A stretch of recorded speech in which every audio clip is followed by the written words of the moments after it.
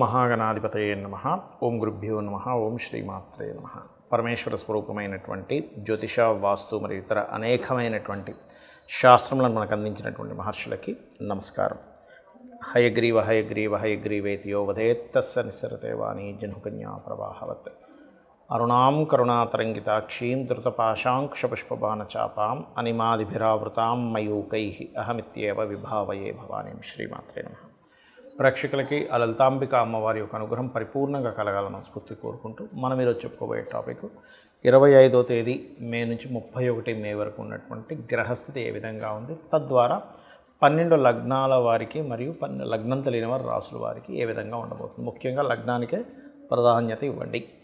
అలాగే ఇక్కడ గమనించుకున్నట్లయితే అసలు గ్రహస్థితులు మిథునంలో గురువు, కర్కాటకంలో కుజుడు, కన్యా రాశిలో ఉన్నట్టుగా కొన్ని యాప్స్లో సింహంలోకి కేతు వచ్చేసినట్టు చూపిస్తున్నాడు. కాకపోతే రెండిట్లో ఉంటే ఎటువంటి ఫలితాలు వస్తాయి కూడా మనం చెప్పుకుందాం, రాహుకేతువులు మారితే కనుక.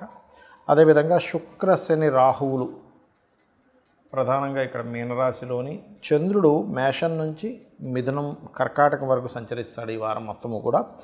రవి, బుధులు చూసుకున్నట్లయితే మనకి ఈ యొక్క వృషభ రాశిలో ఉండడం జరిగింది. ఈ యొక్క గ్రహస్థితిని అనుసరించి ద్వాదశ లగ్నాల వారికి లేదా రాసుల వారికి ఏ విధంగా ఉండబోతుంది అనేటువంటి విషయాలు చెప్తుంది నేనైనప్పటికీ కూడా చెప్పిస్తుంది సాక్షాత్ లలితామ్మవారిగా భావిస్తూ ఒక్కొక్క లగ్నం గురించి మనం తెలుసుకుందాం. తులాలగ్నము, తులారాశి. తులవారికి కనుక చూసుకున్నట్లయితే ప్రత్యేకంగా ఈ లగ్నాధిపతి 6వ స్థానంలో ఉన్నందుకు కొంచెం వివాహ నిర్ణయాలు తీసుకునే విషయాలలో షట్ స్థానము అంటారంటే 6వ స్థానము లేదా 11వ స్థానము, అష్టమ స్థానంలో శుక్రుడు ఉన్నప్పుడు వివాహ సంబంధించినటువంటి విషయాలలో రాంగ్ స్టెప్స్ పడుతూ ఉంటాయి. కాబట్టి ఈ విషయంలో చాలా జాగ్రత్తగా ఉండాలి. కాకపోతే 6లో ఉన్నందుకు లోన్స్ లభిస్తాయి. మళ్ళీ వీళ్ళు ఎవరైనా సరే లోన్స్ కోసం చేసే ప్రయత్నం 100% ఫలితం వస్తుంది, అందులో ఎటువంటి డౌట్ లేదు. ఎందుకంటే ఇక్కడ 6వ స్థానంలో శుక్రుడు ఉండడం ఒకటే కాకుండా మీకు ద్వితీయ సప్తమాధిపతి అంటే 2వ అధిపతి మరియు సప్తమాధిపతి నీచి పొందుతున్నాడు. అంటే ధనానికి కారకుడు, రుణానికి కారకుడు, వివాహానికి కారకుడు ఉన్నందుకు ఈ వారం వీలైనంత మట్టుకు వివాహ సంబంధించిన విషయాలు అవాయిడ్ చేయడమే మంచిది. ఇక ఈ 3వ స్థానాధిపతి 9వ స్థానంలో ఉండడం, 3, 6 అధిపతి అయినందుకు కొంచెం గురువులతో లేదా హైయర్ ఎడ్యుకేషన్లో కొన్నిసార్లు పిహెచ్డీస్ అవి చేసేటువంటి వాళ్ళ సుపీరియర్స్తో కొంత ఘర్షణ ఏర్పడుతూ ఉంటుంది. ఆ యొక్క ఇబ్బంది తొలగాలి అంటే దక్షిణామూర్తి స్తోత్ర పఠనం చేయండి. హోమ్ లోన్స్ లభిస్తాయి, అందులో ఎటువంటి సందేహం లేదు. బికాజ్ ఆఫ్ 4వ అధిపతి 6వ అధిపతి 6లో కలిసి ఉన్నందుకు. కాకపోతే కొంచెం ఈ సంతానం విషయంలో కొంచెం వాళ్ళు ఒక యుక్త వయసులో ఉండేటువంటి పిల్లలు కొంచెం ఎవరి వైపున అట్రాక్ట్ అవ్వడం, తద్వారా కొంత మీకు స్ట్రెస్ అనేటువంటిది చూపిస్తుంది. బట్ మీరు ఈ వారంలో ఎవరితోనైనా పార్ట్నర్షిప్స్ చేసే విషయాల్లో కొంత జాగ్రత్తగా ఉండండి. లక్కీగా ఆల్ ఆఫ్ సడన్గా కూడా కొన్నిసార్లు మీ యొక్క జీవిత భాగస్వామికి అనుకోని విధంగా కొన్ని ఉద్యోగ ప్రయత్నాలు సఫలీకృతం అవ్వడము, అనుకోని విధంగా మీ యొక్క జీవిత భాగస్వామికి ఇక రాదు, ఆ ల్యాండ్ పాడైపోయింది అంటే ఆ ల్యాండ్ విషయంలో మనం వదులుకోవాలనుకునే కూడా రావడం అనేటువంటిది మీ జీవిత భాగస్వామికి చూపిస్తుంది. కాకపోతే అష్టమంలో ఉన్నందుకు కొంచెం ప్రమోషన్స్ కోసం కొంచెం ఎక్కువ ప్రయత్నం చేయవలసిన పరిస్థితి వస్తూ ఉంటుంది. కాకపోతే మీరు కూడా ఉద్యోగ విషయంలో ముఖ్యంగా 25, 26 మరియు 31 తేదీలు మారడం కోసం చేసే ప్రయత్నం ఖచ్చితంగా ఫలితాన్ని ఇచ్చి తీరుతుంది, అందులో ఎటువంటి సందేహం లేదు.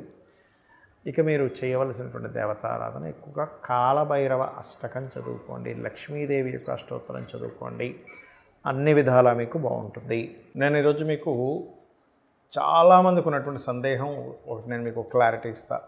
జన్మజాతకం చూసుకొని ఏమండి మాకు పలానా యోగం ఉంది, బుధాదిత్య యోగం ఉంది, గజకేసరి యోగం ఉంది, లేకపోతే పంచమహాపురుష యోగాలు ఇన్ని యోగాలు ఉన్నాయన్నారు, మరి నా జీవితం ఎందుకు ఇలా ఉంది అనేటువంటి దాంతో చాలామంది ఇబ్బంది పడుతూ ఉంటారు. దానికి నేను మీకు క్లారిటీ ఇస్తాను, గుర్తుపెట్టుకోండి. ఎప్పుడూ కూడా ఒక జాతక చక్రం తీసుకున్నప్పుడు యోగం ఉంది నిజమే, కానీ ఆ యోగం ఏమైనా పాపకత్తిరిలో పడిందా, శుభకత్తిరిలో పడిందా, అసలు ఆ యోగం అనుభవించేటువంటి మహాదశ వచ్చిందా రాలేదా? అంటే ఎలా అంటే చిన్న ఎగ్జాంపుల్, మనకి ఒక చక్కటి కారు ఉందండి, మంచి హైఫై కారు ఉంది ఉదాహరణకి అనుకుందాం. ఒక 2-3 కోట్ల రూపాయల కారే ఉంది, కానీ ఆ కారు టైర్ పంచర్ అయింది లేదా పెట్రోల్ లేదు, లేదా స్టార్ట్ అవ్వట్లేదు, ఏం లాభం? ఆ కార్ రిపేర్ అయితే కనుక అది ముందుకు వెళ్ళదు. అలాగే మీకు ఎటువంటి యోగం ఉన్నా ఫస్ట్ ఆఫ్ ఆల్ ఆ యోగం ఎలా ఉంది? పాపకత్తెరలో ఉందంటే ఇప్పుడు నేను చెప్పిన కారు ఉదాహరణలాగా.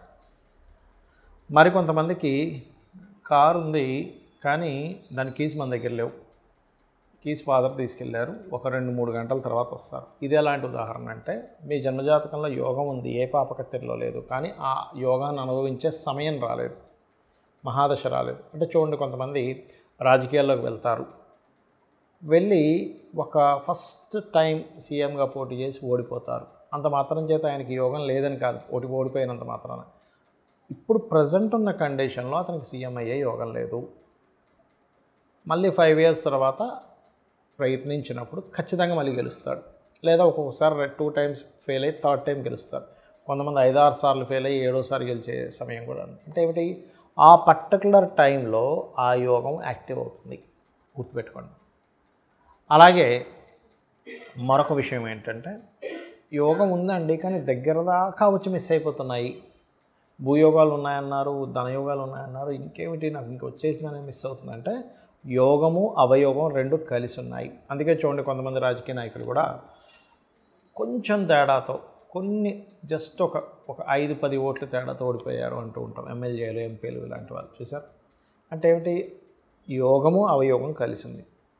కాబట్టి మీరు ఎప్పుడైనా సరే ఒక జన్మజాతకం తీసుకున్నప్పుడు మీకుండే యోగాలు ఎన్నున్నాయనేది కాకుండా ఆ యోగాలు అసలు ఎప్పుడు ఫ్రూట్ఫుల్ అవుతున్నాయి, ఫ్రూట్ఫుల్ అవ్వాలంటే ఏం చేయాలి, అసలు మీకున్న యోగానికి తగ్గట్టుగా మీరు ప్రొఫెషన్ని కానీ బిజినెస్ని కానీ ఎంచుకున్నారా లేదా, ఒకవేళ యోగము అవయోగం కలిసి ఉంటే ఆ అవయోగం పోవడానికి మీరు ఎటువంటి నామస్మరణ చేస్తున్నారు, ఎటువంటి దైవారాధన చేస్తున్నారు, ఎవరి స్తోత్రం చదువుతున్నారు అనేది చాలా ముఖ్యం మీకు ఇక్కడ. అర్థమైందండి? అంతేగాని చాలామంది ఏలినాడు శని నడుస్తుంది అందుకే నా జీవితం ఎలా ఉంది, కాల్సలో దోషం ఉంది అందుకే నా జీవితం ఇలా ఉందని ఆగిపోతుంటారు. అది కరెక్ట్ కాదు. మీ పర్సనల్ చార్ట్లో ఏ యోగం ఎంతవరకు ఉంది? యోగం లేనటువంటి జాతకం ఉండదు, అవయోగం లేని జాతకాలు కూడా ఉండవు, గుర్తుపెట్టుకోండి. ప్రతి జీవి ఈ భూమి మీద జన్మించారు అంటే పాపము పుణ్యము 2 ఉంటేనే జన్మ ఉంటుంది. కొన్నిసార్లు ఉట్టి పుణ్యం ఉన్నా సరే జన్మ ఉంటుంది, ఉండదని కదా. వాళ్ళు ఎక్కువ బాగా అనుభవిస్తారు, ఎక్కువ పాపం ఉండి జన్మిస్తే ఎక్కువ ఇబ్బందిని అనుభవిస్తారు. అలా ఫస్ట్ ఆఫ్ ఆల్ ఏంటంటే ఇక్కడ మీరు అర్థం చేసుకోవాల్సింది, ఏ యోగం ఎప్పుడు యాక్టివ్ అవుతుంది, వెయిట్ చేయాలి, ఒక సమయం అనేటువంటిది వస్తుంది. ఇలాంటి విషయాలు మనకి రామాయణ మహాభారతాల్లో కూడా చాలా ఘట్టాల్లో చెప్పడం జరిగింది.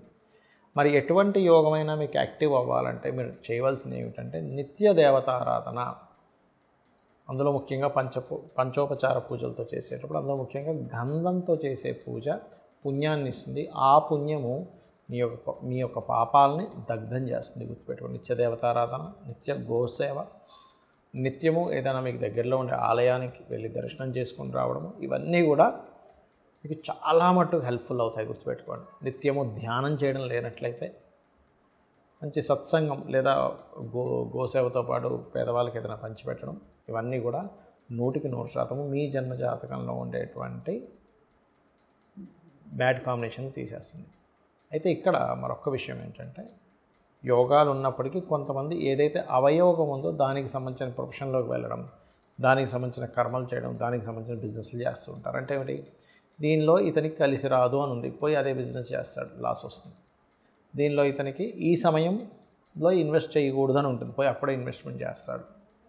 ఈ సమయంలో ఇది సరైనటువంటిది కాదు అని ఉంటుంది, పోయి అప్పుడే ఆ కార్యక్రమాన్ని మొదలు పెడతాడు. సో మీకు యోగం అవయోగం ఎంత ముఖ్యమో మీ పర్సనల్ చార్ట్లో మీకు అసలు దేని ద్వారా కలిసి వస్తుందో తెలుసుకొని తద్వారా మీరు అడుగు వేయడం చాలా ముఖ్యమైనటువంటి అంశం.